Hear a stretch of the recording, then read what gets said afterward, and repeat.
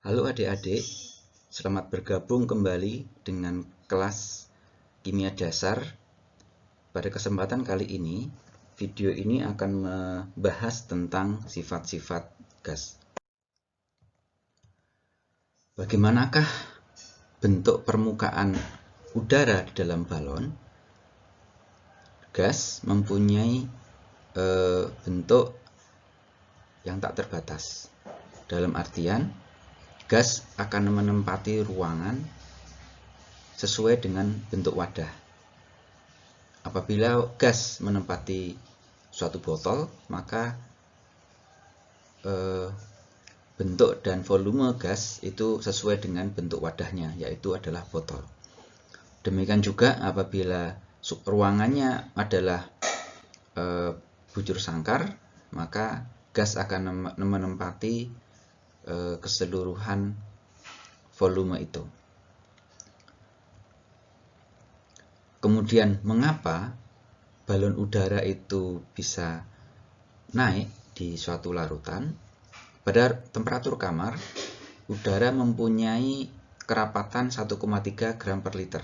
Sedangkan di dalam air, dia mempunyai kerapatan 1 gram per liter. Ini menyebabkan udara itu lebih ringan di air. Mengapa balon udara yang panas itu bisa mengambang di udara? Udara panas itu mempunyai kerapatan yang lebih rendah dibandingkan dengan udara yang lebih dingin. Bagaimana untuk menjelaskan hal ini?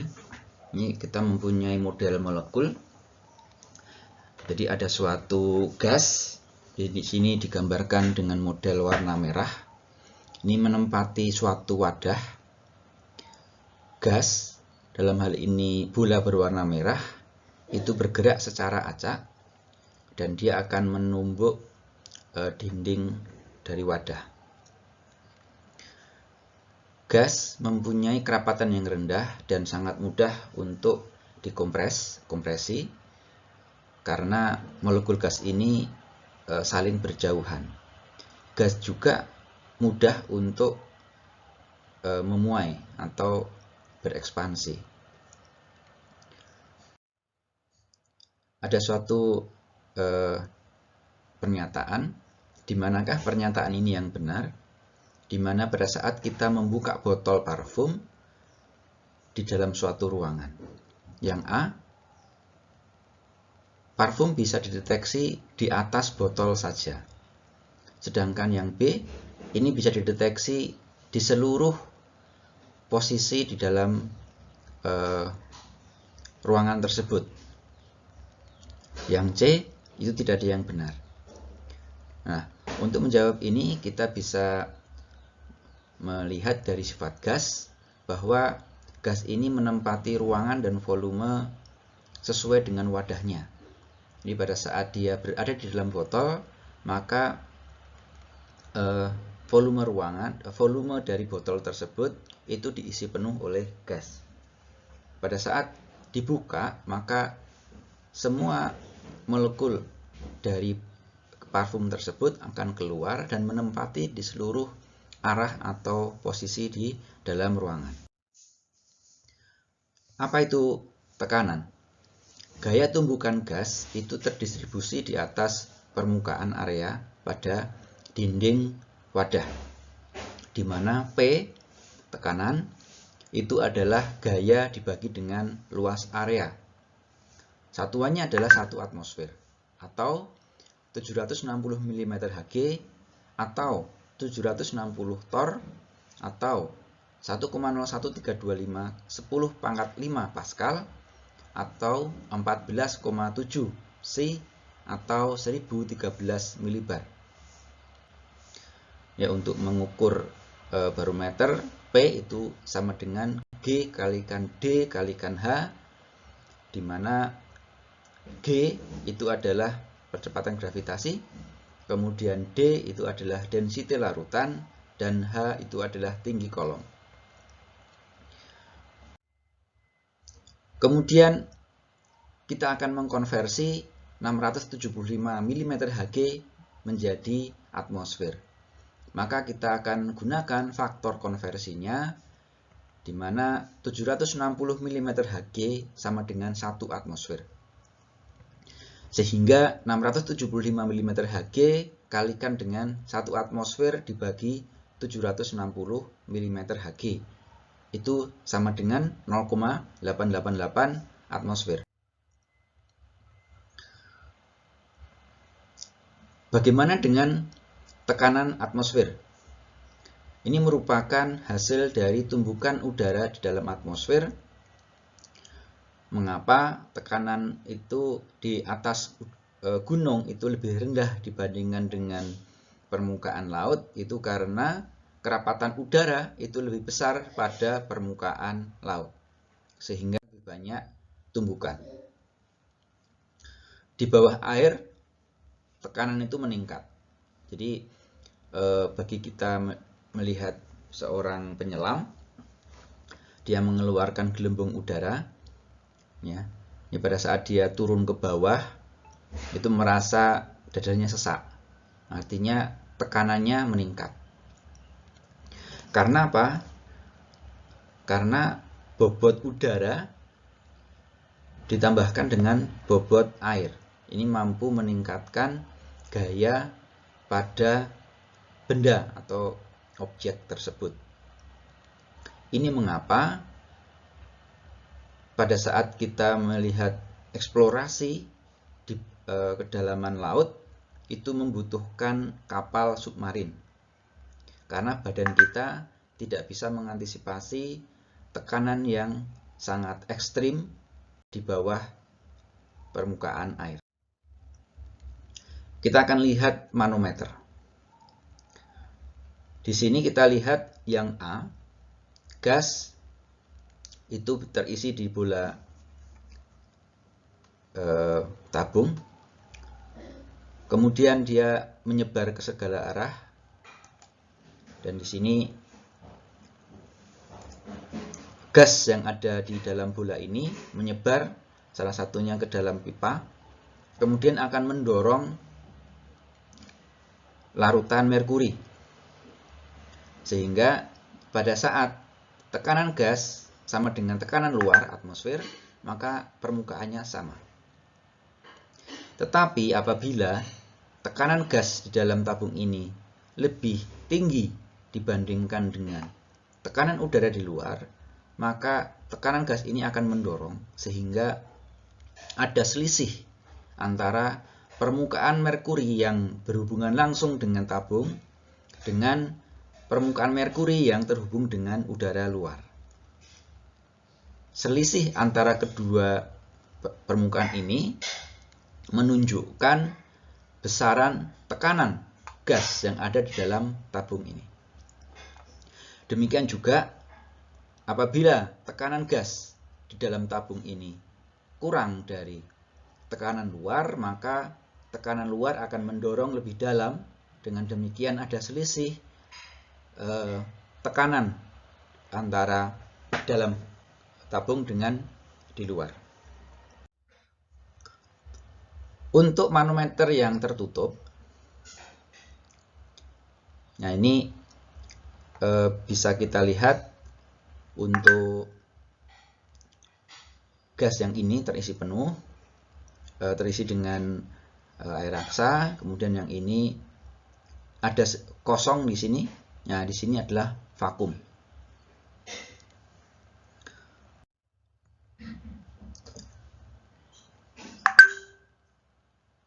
Proporsional itu artinya dua variabel itu sama. Jadi contohnya adalah rumus P sama dengan F per A. Dengan demikian P dengan F itu proporsional. Jadi kalau P-nya meningkat, maka F-nya meningkat.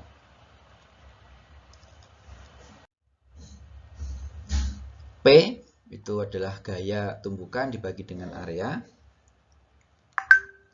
Maka kita bisa membuat tabel, ya.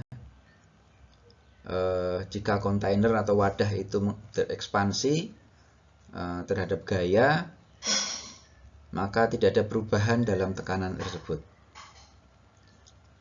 Kemudian di dalam kontainer atau wadah yang rigid atau kaku, tekanan meningkat karena gerakan molekul yang cepat menumbuk dinding wadah. Bagaimana yang terjadi apabila tekanan gas, apabila Anda meningkatkan jumlah molekul dalam kontainer? Nah, dengan rumus ini, P sama dengan gaya dibagi dengan area. Jika wadah itu berekspansi, maka tidak ada tekanan yang berubah. Ya, tidak bisa diamati. Kemudian untuk dinding yang rigid atau kaku, tekanan meningkat karena molekul yang bertambah itu menumbuk dinding sehingga meningkatkan gaya. Contoh dari gaya yang bisa wadah yang bisa berekspansi itu misalnya adalah balon.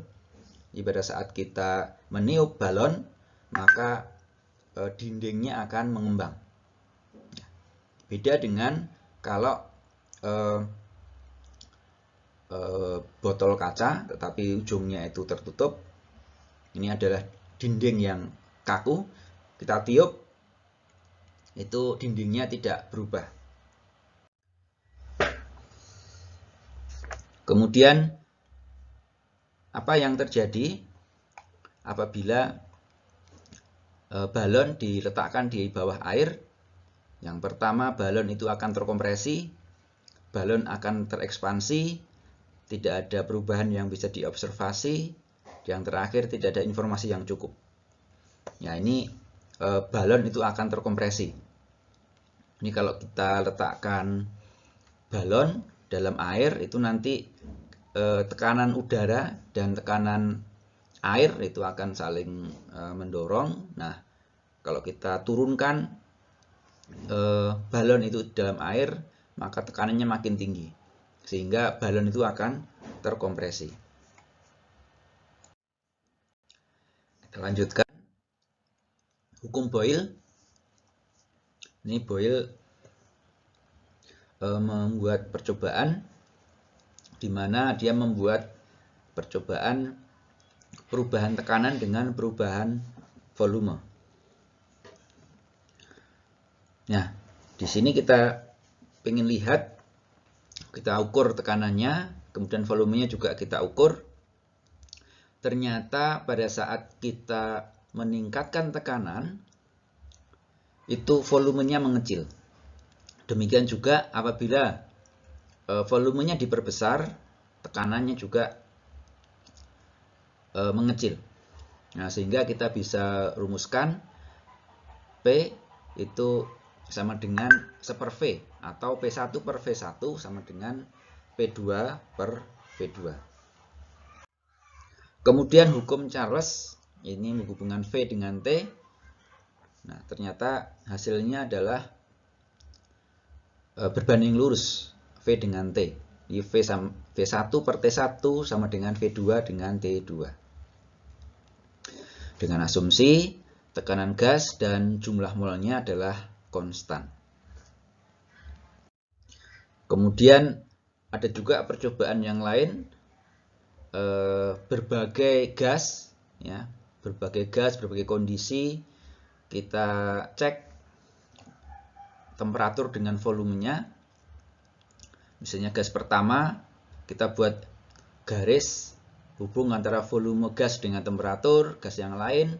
Ternyata semuanya kalau kita ekstrapolasi menuju ke titik negatif 273,15 Celcius.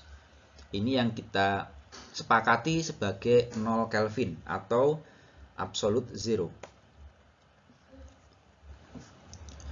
Ini temperatur gas di mana tekanan dan volumenya itu adalah 0. Tekanannya itu 0, volumenya juga 0. Ini tidak mungkin ya terjadi karena pada saat 0 Kelvin itu semua benda itu diam, tidak ada aktivitas, tidak ada vibrasi dan seterusnya, sehingga hanya bisa kita ekstrapolasikan. Volume molekul tidak bisa berubah, tetapi total volume bisa kita turunkan. Nah, kita ekstrapolasi. Untuk gas ideal ini bisa kita prediksikan dengan hukum gas, di mana kita sepakati bahwa tidak ada gas ideal. Tetapi kita bisa mengasumsikan. Dan ada beberapa gas yang menyerupai sifat-sifat gas ideal, di mana tekanan dan temperaturnya itu tertentu. Nanti kita bahas. Kemudian hukum Gay-Lussac, hubungan antara P dengan T. Tekanan gas itu proporsional berhubungan langsung lurus dengan temperatur. Diasumsikan volume dan jumlah mol itu adalah konstan. Kemudian kita gabungkan Boyle, P itu berbanding terbalik dengan V. Hukum Charles, temperatur berhubungan lurus dengan volume. Gay-Lussac, T dengan tekanan. Kalau kita gabungkan, P itu sebanding dengan T per V. Atau kalau ada dua kondisi, maka P1 V1 per T1 sama dengan P2 V2 per T2. Nah, kemudian kita untuk menghitung perubahan, kita bisa menggunakan rumus ini, PV per T. Nah, ini ada soal, misalnya udara itu menempati 500 ml pada kondisi STP. Berapakah volume pada 80 derajat Celcius dan 560 torr? Nah, ini kita bisa rubah tornya. Pada saat STP itu 760 torr, volumenya 500 ml, suhunya 273,15. Ini kondisi pertama. Kemudian kondisi kedua 560 torr dan 358 Kelvin. Sehingga dengan hubungan ini kita bisa menghitung V2-nya. 889 ml. Ini contoh yang bisa untuk latihan menggunakan rumus P1 V1 T1 per T1, P2 V2 T2. Ini ketemu T2-nya adalah 853 Kelvin atau 580 derajat Celcius. Kemudian contoh yang lain, gas helium menempati 500 ml pada 1,21 atmosfer. Hitunglah volume gas jika tekanannya direduksi atau berkurang menjadi 491 torr. Nah, dengan cara yang sama, kita dapatkan volumenya adalah 936 ml. Kemudian volume molar. Volume molar itu adalah volume 1 mol setiap semua gas pada kondisi STP. Itu adalah 22,4 liter. Ya. Jadi tidak peduli gas apa dan massa molarnya gas itu berapa, tidak peduli.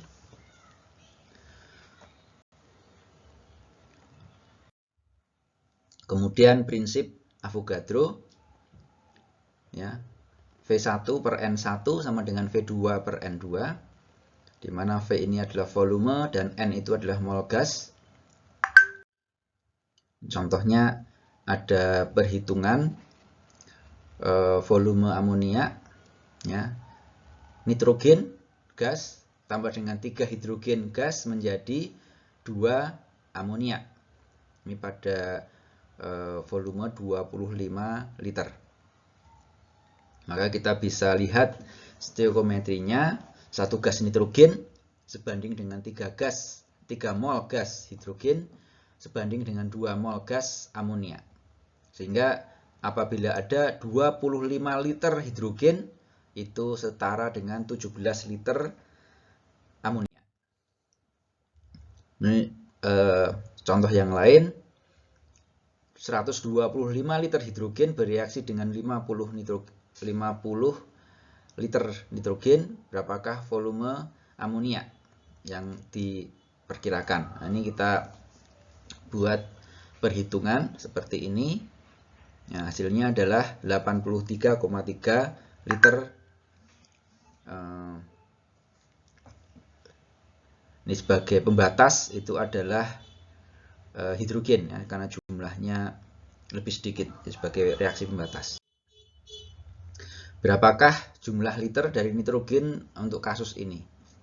Maka kita bisa hitung ya, di 1 atmosfer 25 derajat Celcius dan seterusnya sehingga kita bisa hitung volume sebesar 84,6 liter. Ya, kita gabungkan bersama ini informasi nitrogen jumlah mol dengan volume, itu Avogadro, Boyle P dengan V, Charles T dengan V, Gay-Lussac T dengan P, sehingga kita bisa gabungkan dan menggunakan konstanta gas ideal ya. Maka PV sama dengan nRT ya, P tekanan, V volume, N jumlah mol, R tekanan konstanta gas ideal 0,082057 liter atmosfer per mol Kelvin kalikan dengan T. Untuk gas ideal PV sama dengan nRT.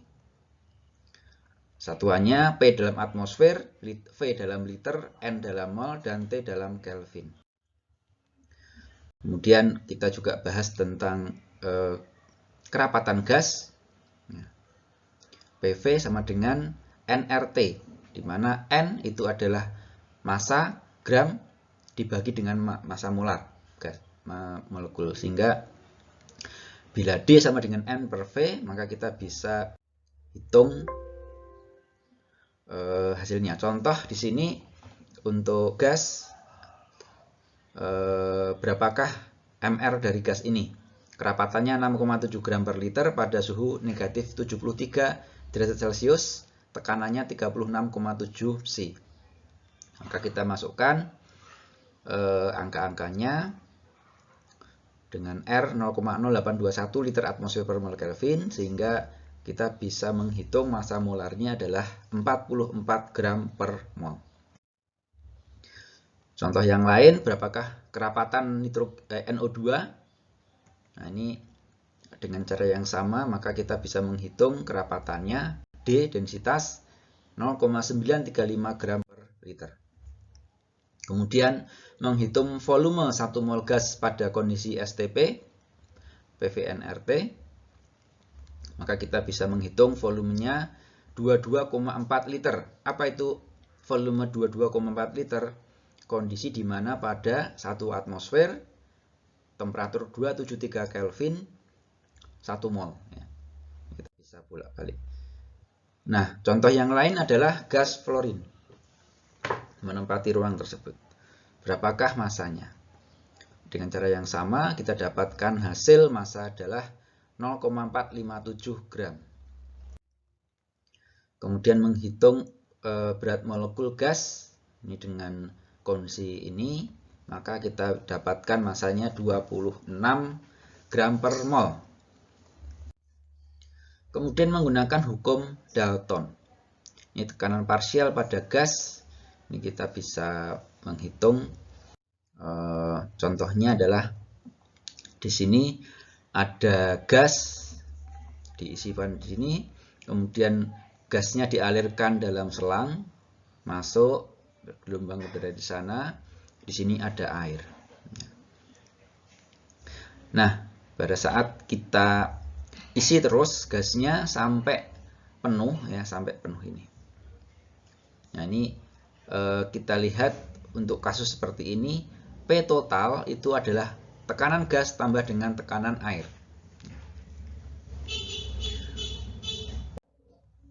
Contohnya 520 mm Hg nitrogen tambah 250 mm Hg oksigen, masukkan ke dalam silinder gas yang kosong, berapakah tekanan keseluruhan campuran ini.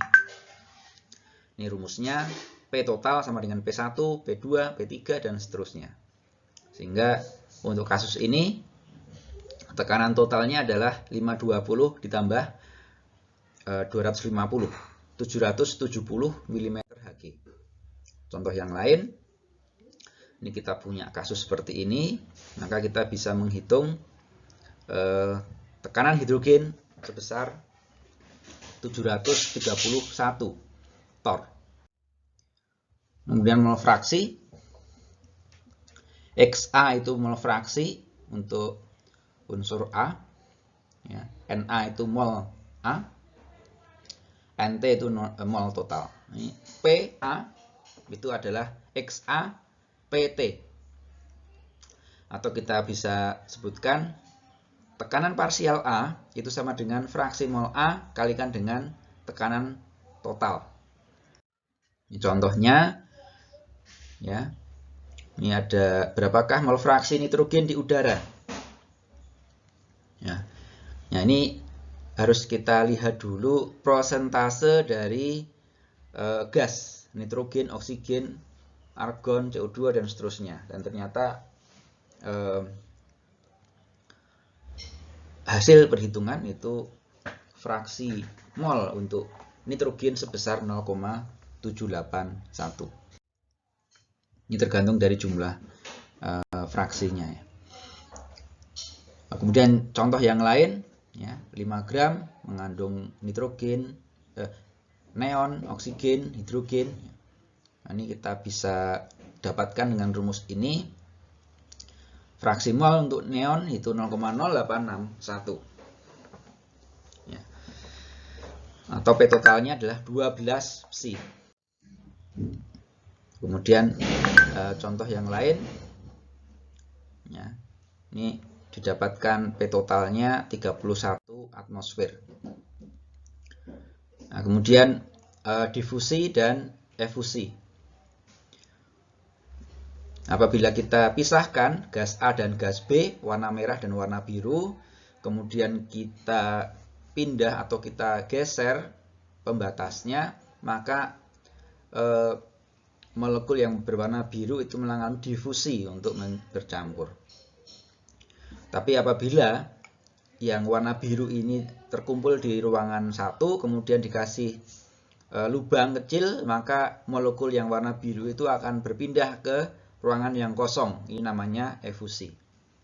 Jadi difusi, ini benar-benar pemisahnya dibuka, nyampur jadi satu, sedangkan efusi salah satu kosong, ya, jadi nggak menerobos masuk lewat lubang kecil itu.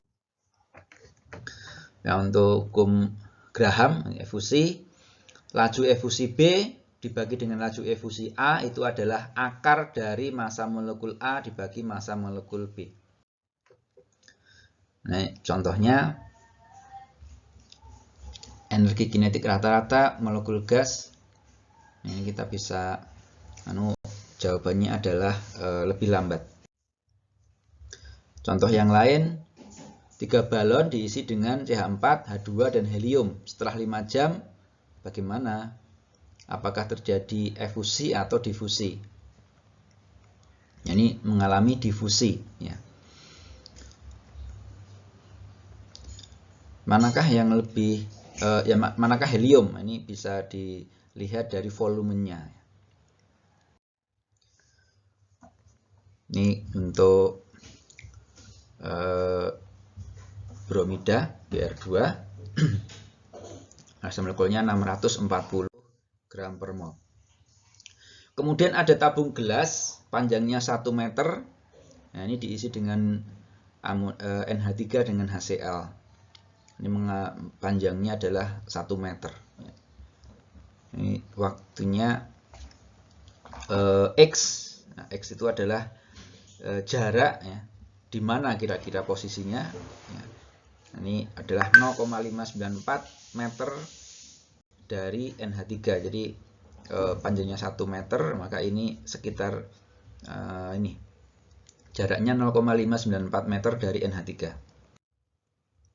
Contoh, mana yang lebih cepat Nah, ini kita mempunyai 2 helium dan CO2 ya. Maka kita bisa hasilnya adalah helium. Ini untuk dijelaskan dengan teori kinetik gas.